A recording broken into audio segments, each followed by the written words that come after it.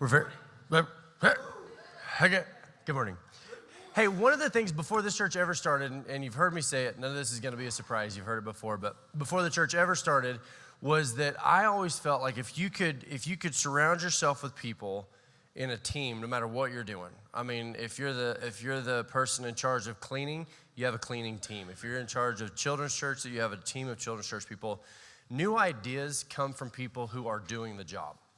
Anybody that's ever been in leadership could understand what I'm saying, that your best ideas on a specific topic generally come from people who are doing that specific job. And so rather than one person being the guru and having the little gold star above their head and going, everyone listen to me, you surround yourself with a team of people. And that's one of the things on a preaching team that I personally appreciate. Let me tell you what my week has been like.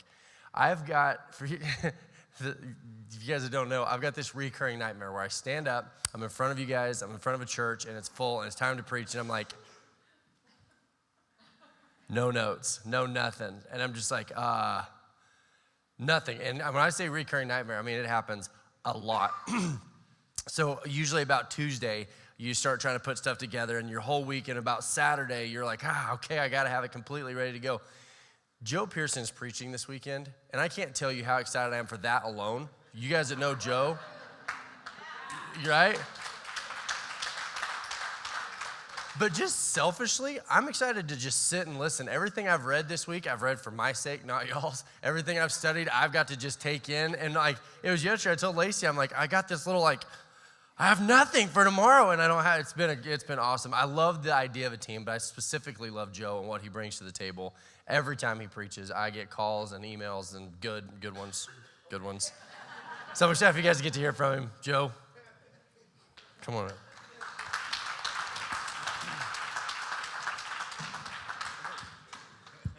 Thanks, Jordan. It's good to be back.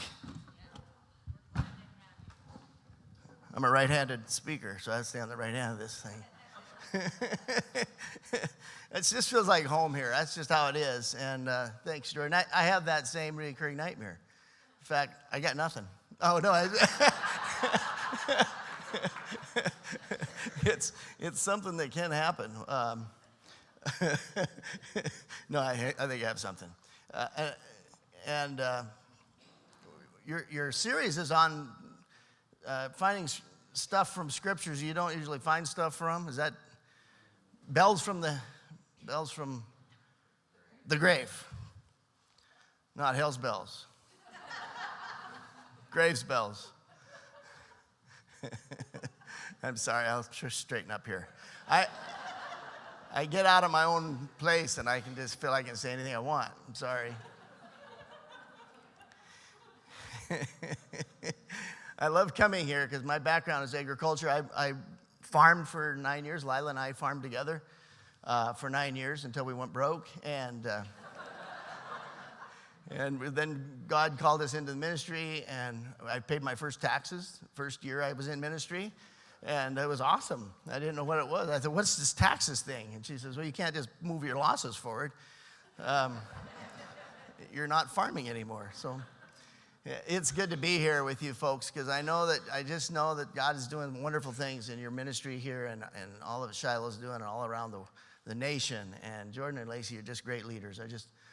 Thanks for letting me be a part of the team, because I just love that. And I do learn a lot from being here and hearing you, and just I want breakfast burritos at my church. That's what I want. I've got that too. We're talking in Acts 27 about a shipwreck that Paul the Apostle's on, and he was getting transported to plead his case in front of Caesar. So he's getting this big stage where he's arrested, and he's in captivity, and he's going to stand in front of Caesar, and he's on this big ship from Alexandrian ship, which had 276 sailors on it. It's not a small ship, it's a big one. So he's on this ship. They go to the a port in Crete, and they decide, well, winter's coming, we should maybe stay here. And they didn't want to winter there because it wasn't a good place to winter. It wasn't fun or enough. And so they pushed on out and went around, and they find themselves in this storm. It wasn't a small storm. It was 14 days long at the time we're reading this scripture. This is a big storm, and it was a wreck. that was about to happen. And it's just a cool piece of scripture. I want to read it to you on verse 27 of chapter 27 of Acts. On the 14th night, they were still being driven across the Adriatic Sea when about midnight, sailors sensed they were approaching land, and they just sensed it, I guess.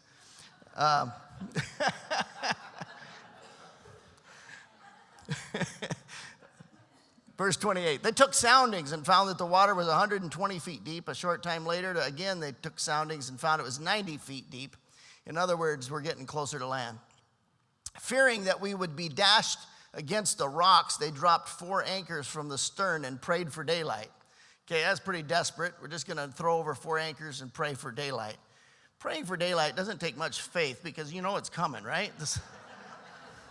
Anyway, verse 30, in an attempt to escape from the ship, the sailors let the lifeboats down into the sea, pretending they were going to lower some anchors from the bow. They were trying to run.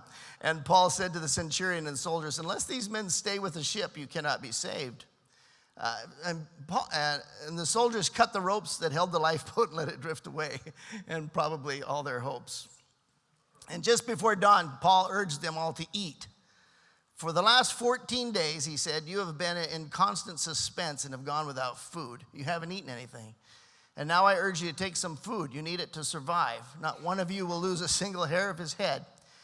And after he said this, he took some bread, gave thanks to God in front of them all. It's like a communion in the middle of a storm. He broke bread. I don't know why, it struck me funny. After he took this, he took some bread and gave thanks to God in front of them all, and then he broke it and began to eat. And they were all encouraged and ate some food themselves. And altogether, there were 276 on board. And when they had eaten as much as they wanted, they lightened the ship by throwing the grain into the sea. It was a bad day, bad 14 days. And they're in this wreck, and I just wanted to, and I love that verse 29, fearing that we were going to be dashed against the rocks, they dropped 4 anchors from the stern and prayed for daylight. I want to talk about maybe just 4 anchors that we can hang on to in a storm, things that we can deal with, and it's just a way for us to help remember it. But the first one is don't run, stay. You want to escape storms, don't you? I don't want them. You don't want them. I don't know who's here experiencing a storm, but they come in life, and you will have them. Jesus said, in this world, you will have trouble. It's not like, oh no, something happened. It's going to happen. If you haven't had a storm, you will. It's just life. But it says, I just want to say the first thing to remember is, well, stay, don't run. When you run from a storm, I heard of TED Talks. Is it okay to talk about TED Talks here? It's not biblical. It might not even be true. But in fact, I am suspicious, but it helps make a point.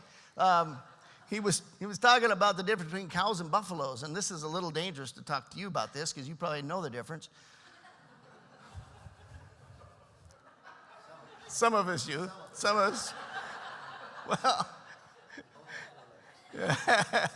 Well, they said, this guy was from Colorado. He said when the storm comes off the slopes of the mountains, the cows will run from a storm. And I don't know. I do remember when I was in Montana on the farm, and all the cows would huddle in the corner and put their hinder parts toward the wind, because they didn't want to face the storm. So I think that probably is true that cows tend to leave a storm. But they run at cow speed, which isn't that fast. And the storm comes, and this guy made the point that when they're leaving the storm and the storm coming toward them, they actually extend the time that they're in the thunderstorm because they're going with it. And Buffalo, according to this guy, said that they just look at a storm and they just charge right at that sucker. I don't know if that's true, but I'd like to see it. But by doing that, they lessen the time that they're in the storm. Yeah, so whether it's true or not, it makes a good point. It's important for you and I to understand, to face things and realize it, and not run. And Paul said to these guys, don't leave the ship. You stay here, and not anybody's going to perish. We're going to run onto an island, but you will not perish. And so just stay. And the second anchor is to care for yourself in the middle of a storm. Take care of yourself.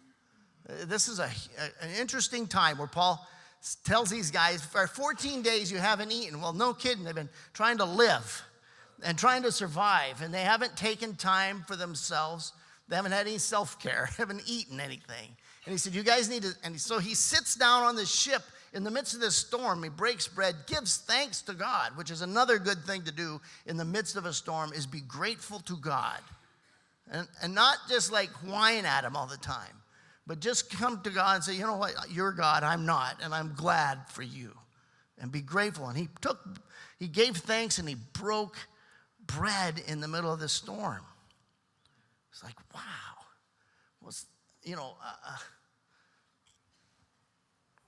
It's like a little communion. I wonder if maybe we should stay in communion with God in our worst times. See, it'll drive you to God or away from God. It depends on your heart. And it depends on your where you're at and how if you're in rebellion or if you're in submission to God. If you're in submission to God and you're in the storm, it will drive you closer to him, and you'll want to have communion with him, because I need to press into God in hard times. Okay? And communion and taking time for yourself with God is caring for yourself. And you need to do that. So many times we thrash around and we fight, and it's just so hard. People are out drowning and they're thrashing around in the water. I've seen this, maybe it's in the movies. I'm not getting my information necessarily from quality places this morning, but the guy's thrashing around the water, and it's John Wayne or somebody had to punch him, boom, knock him out, and then save him, because he's thrashing around. But here's the deal. When we are in the midst of troubled things and troubled times, take time for yourself and God and commune with him and just press into him. So the second anchor is to take care for yourself. Third thing is pray a lot. Is that deep and profound? Pray a lot. Prayer is asking God for stuff, but it's also listening to God. So it's asking and listening, just talking, asking how God feels and listening how he responds to you. This two-way. See, we hear a lot of voices. We hear a lot of voices. You hear voices from people you know. They will accuse you of things and complain. See, Paul told these guys, you didn't listen to me when we were in Crete. If you would have missed this whole event. But since you didn't, he did not say God is going to kill you. He didn't accuse them. All right? So, I had a tough week a couple weeks ago. I was building a custom house, and things weren't working out. I do that part-time to keep myself sane. Doesn't really work.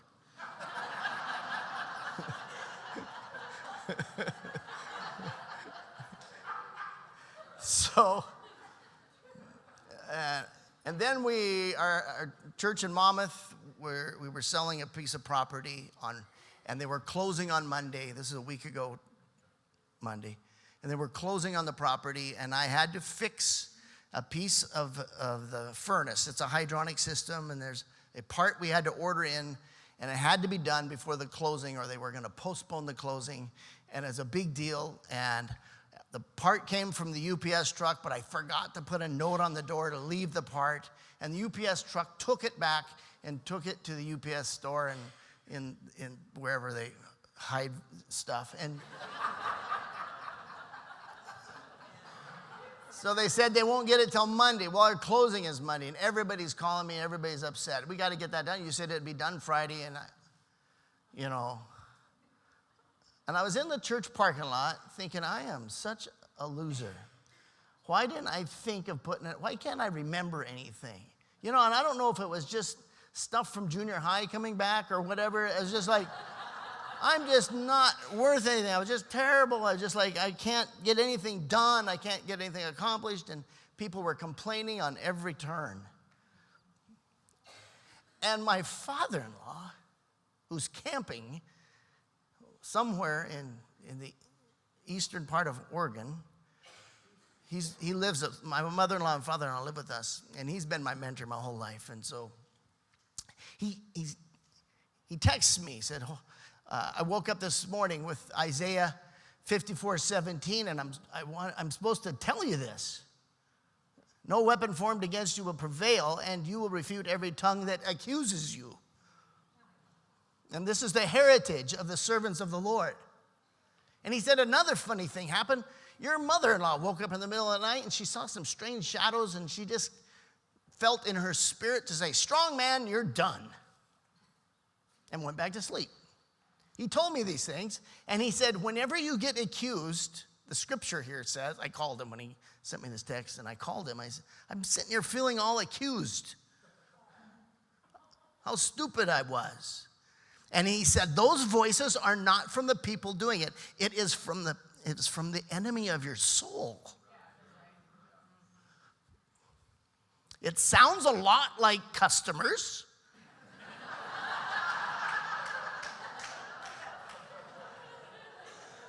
But it sounds a lot like relatives, real estate agents.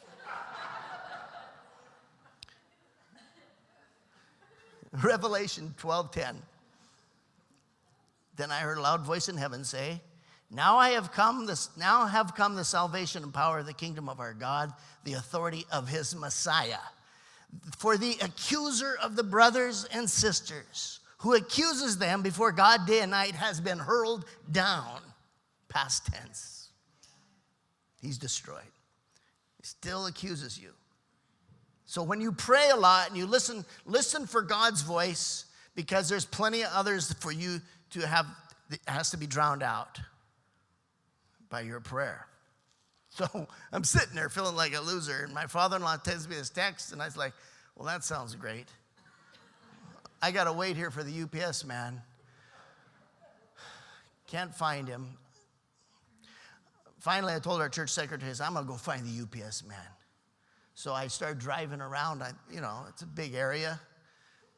And it was noon.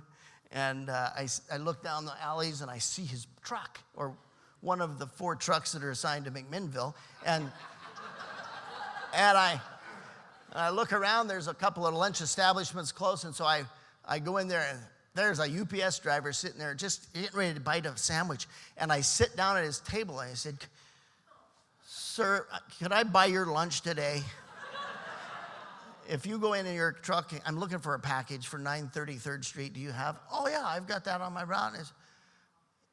And he said, I admire your tenacity. You're not going to buy my lunch. And so he goes into his truck and comes out and gets it for me. And I had the part, and I put it in my rig, and I start driving to go fix it. And I'm like under the real estate agent on the other side of the deal that I was holding up by my messing up. He calls and said, any word on anything? I said, well, actually, I just was having lunch with the UPS man. And I found him, and I said, I need the part. And he had the part for me, and so I'm heading over there.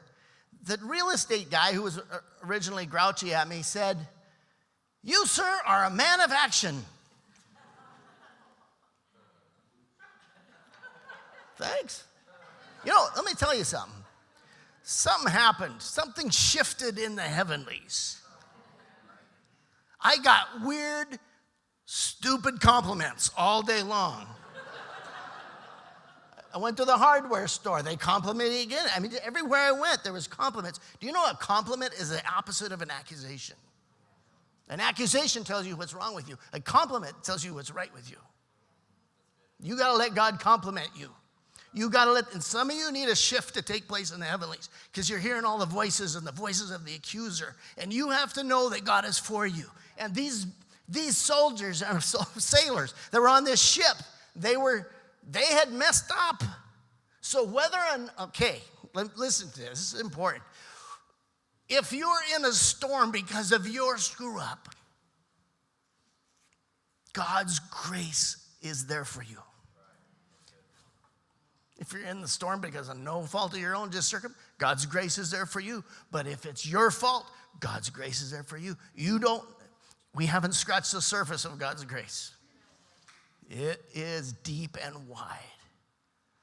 How many have been in the storm and it's their own doing? And the enemy will come at you and try to grind you into dust and try to accuse you of being a failure and a loser and there's no hope for you. And these sailors were listed in this place. And Paul broke bread and gave thanks to God. And he said, nobody's going to be lost here. Well, so anchor 1 is stay, don't run. Anchor 2 is care for yourself and have communion with God. And the third one is to pray a lot and hear from God and know his voice. And the fourth one is just the most important one. It ends. Storms end. And sometimes they're long. Sometimes they're short. They're usually miserable.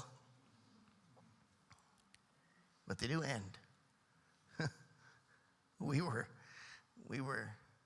farming, and I was early in my farming life, and we were raising barley for Anheuser-Busch. We had a really good crop. In fact, this is how young I was. Before we harvested, I went and bought a new car.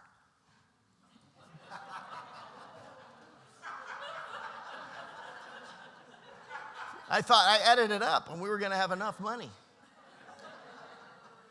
And I forgot that my dad said you can't count the grain that's not in your bin. You can't lose it if you don't have it. And, well, all those old sayings. So I'm coming back with a 1982 Camaro with T-tops. And we saw this black cloud. It was just like, because we bought the car in Browning, and we're driving an hour back to our farm, and what is that? Oh, it's a big storm. And one hailstone, I think it was just to, I don't know why, one big golf ball slushy stone left, hit me right in the windshield, and went, pfft. And I thought, what is this? And we drove in, and we looked at our crop, and it was just wiped out. Called the insurance adjuster, and there's school teachers that work in the summertime adjusting hail. Nice old guy. I remember him. He was just so nice to me because he was feeling sorry for me. And he looked at it and says, yeah, I'm just going to zero this out because it was bad. And I said, thanks. And I said, I guess I'm just going to burn it. And he said, oh, no, don't do that. Don't burn the field. I said, well, why not? He said, I would combine it anyway. I mean, there was just like little sticks sticking up here and there. And because the hail came in at an angle, kind of with wind. And he said, I would combine it anyway. Well, we did combine it. We got 21 bushel an acre. It was terrible quality, but it was there. Now, here's the lesson. I wanted to just burn it and walk away from it. And don't waste a storm. Don't waste the devastation that happens. We made more money that year than any other year on farming record because I got hail insurance and 21 bushels an acre.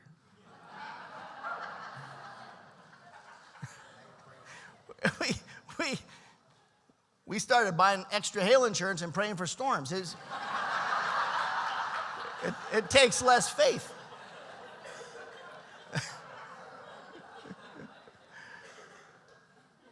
whatever storm you're in or whatever storm you're going to be in or have been in, don't waste it. God has things for you there, and it's a great harvest. Paul, I don't know what the testimony was, but these 276 men, I'm sure they were impacted by the Lord and who he is after this whole ordeal. Don't waste that moment that you've gone through where it's been devastating and painful. And you have to have a shift take place in your thinking, because it's not the enemy accusing you. I mean, it is the enemy accusing you. And you have to replace that with the God who loves you and who has grace for you and covers you. So let's ask him for that this morning.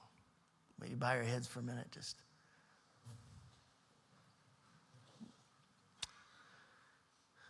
Lord, I don't know who's here or who's going through a difficult time. But we thank you for the scripture that has difficulties in it. It has some reality to it, that this is not just an easy life, that sometimes there's stuff that takes us off track. Lord, I pray right now, if there's someone here who's feeling accused and feeling like a loser, feeling like they're the ones at fault, Lord, would you replace that with your love and your grace right now? Would you cover them and let them know that you're going to see them through this, and that as they commune with you and submit to you, that this storm passes, that they will realize a great harvest of your love and who you are, and their walk with you would become deeper. We thank you for it, Lord, in your name.